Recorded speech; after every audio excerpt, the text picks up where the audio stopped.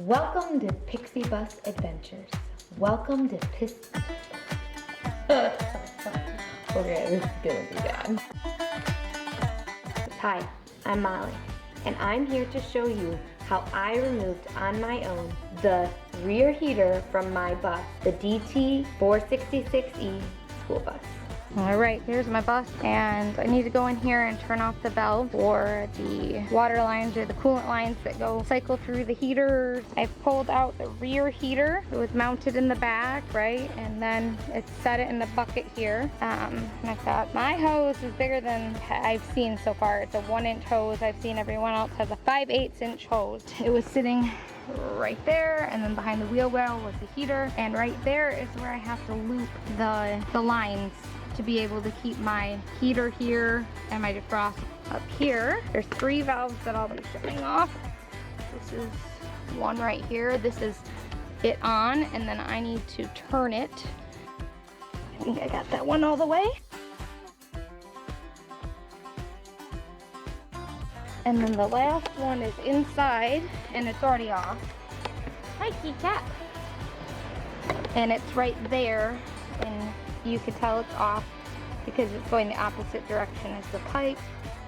I was thinking it was going to be looped down there, but if I did that, I would not have heat by my feet in the driver's section. I talked to the mechanic on the Skoolie group that was on there, and I can't remember your names, but I'll put them in the video hopefully. And they said, nope, you want to loop them right here. First of all, you're gonna need some tools. All right, wish me luck. Let me explain briefly what I mean by looping your coolant lines. At least this is the way I understood it. Your coolant runs through your engine and then to your multiple heaters, and then back to your engine in a big continuous loop. When removing your rear heater, you disconnect part of that loop, and you must hook them back together in an appropriate way.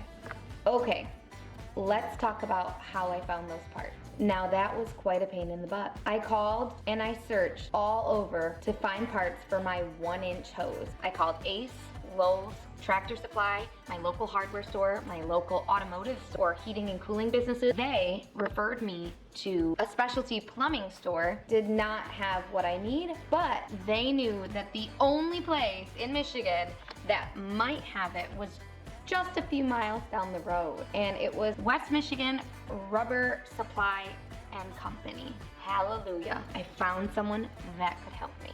Why was it so hard to find the parts that I needed, you might ask? Well, first of all, you need brass fittings, not plastic. At my automotive store, they said, yeah, sure, we got the part.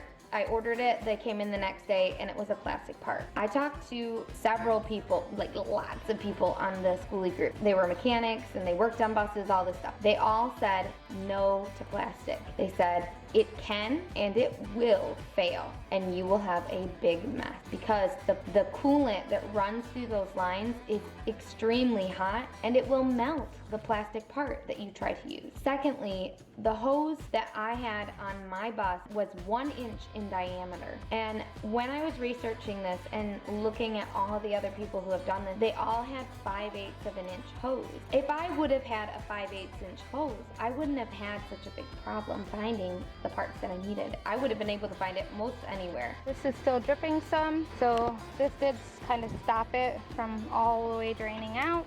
So now these are all draining in here. Those components are completely drained. I'm gonna put them all in one bucket, one 5-gallon bucket, to make sure whatever I take out of the system, I can go ahead and replace when I'm all done with this. All right, what I think I'm gonna do is cut the lines over here and drain the rest of the coolant out, and then leave these lines in the bucket here until I get the extra parts.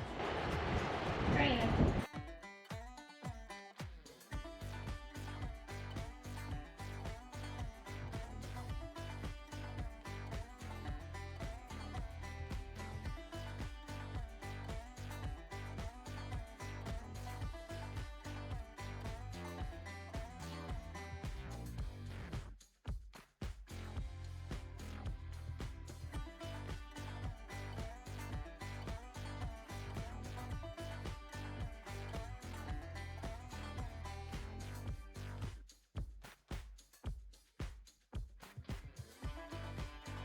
And these two will be looped together, and I'll tighten it up closer to the wall there. Here is the location we needed to loop our coolant line. Here the lines are cut and clamped, waiting for me to loop the coolant line. These are the parts I was able to find at the West Michigan Rubber and Supply Company. Notice how one end is threaded and the other is barbed. You need 4 of those parts. You also need 2 of the elbow pieces. You'll also need 4 3/4 of an inch to 1 1/4 inch hose clamps. Here is the loop section. I wasn't able to get footage of me actually doing this, but here is what it should look like at the end. You'll notice that I use plumber's tape around the threaded parts, the connectors. I also used a small section of the discarded hose to connect the 2 90-degree parts.